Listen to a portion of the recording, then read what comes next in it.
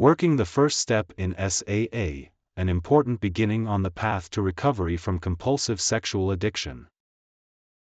The best way to get started working Step 1 is to read about it in SAA's basic text, Sex Addicts Anonymous, or the Green Book. I can access this online by searching for SAA Green Book online. Insights and guidance on the first step starts on page 22. Step 1 of SAA reads: We admitted we were powerless over addictive sexual behavior, that our lives had become unmanageable. Why work the first step? In order to recover from my sexual addiction, I first have to admit that I have a problem, that my sex addiction is destroying my life, and that I am unable to stop it. How do I work the first step? That is what this video is about. The most effective way to truly understand and admit my powerlessness is for me to write down and then share my sexual addiction story. Doing this takes courage. And doing this is also incredibly powerful. It is critical that I work my first step with a sponsor who is in SAA.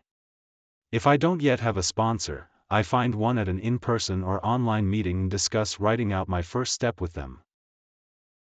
What do I include in my first step? I start with my family of origin. What was growing up like for me? I might write down how specific childhood events and memories shaped my view of sex. What were my first experiences? How was I introduced to sex? How did my addiction develop? Maybe I went from early interest in scantily clad women or men, to more advanced pornography, to masturbation, cheating, and other compulsive sexual behavior. How did all of this make me feel? And how did my feelings drive my behavior? I also describe how I felt after I acted out, what incomprehensible demoralization felt like to me. Then how did I become more and more dishonest? I tell the ways I lied and otherwise crossed lines I didn't think I would ever cross. I write down the rationalizations I made to myself and others to justify or excuse my acting out. Did I start to see patterns in my behavior? I describe the repeating cycles my addiction played out in my life. How did I attempt to stop my destructive behavior? I detail my repeated commitments to myself that this was the last time. Only to fail again and again. I remember and write down especially painful memories of being hurt or hurting others. And I describe how all of this has impacted me and others. How it has cost dearly in terms of family, friends, career, freedom, finances, hopes and dreams, and my overall sense of well-being. What do I leave out of my first step? Things that are better left out of my first step typically land in 3 areas. First, details that could trigger someone listening to me present my first step. Things like specific acting out locations, websites, or explicit descriptions of acting out behaviors. What matters are my emotions, thinking, and behavior patterns before and after acting out. Second, details that are private. I don't mention other people's names and only mention their behavior if it is relevant to my first step. And finally, I leave out details of my life that are unrelated to my sexual addiction story. How long should my first step be?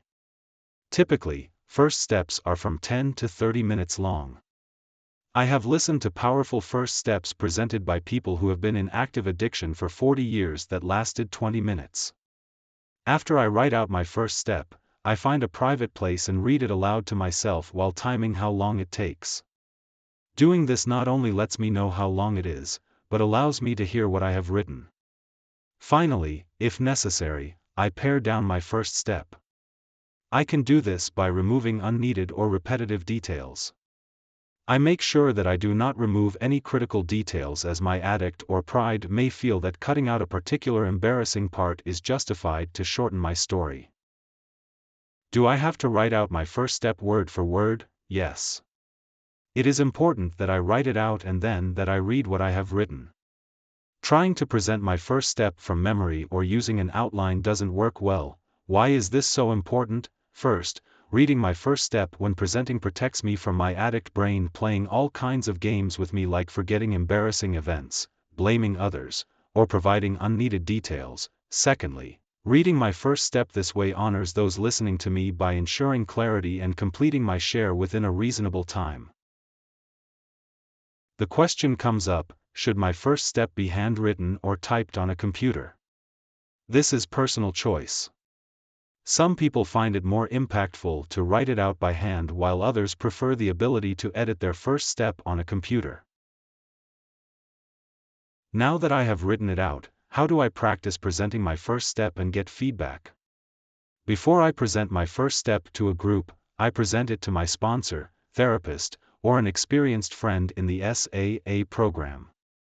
Doing this provides me with feedback and also allows me to gain confidence and start reducing shame as I share secrets about my compulsive behaviors.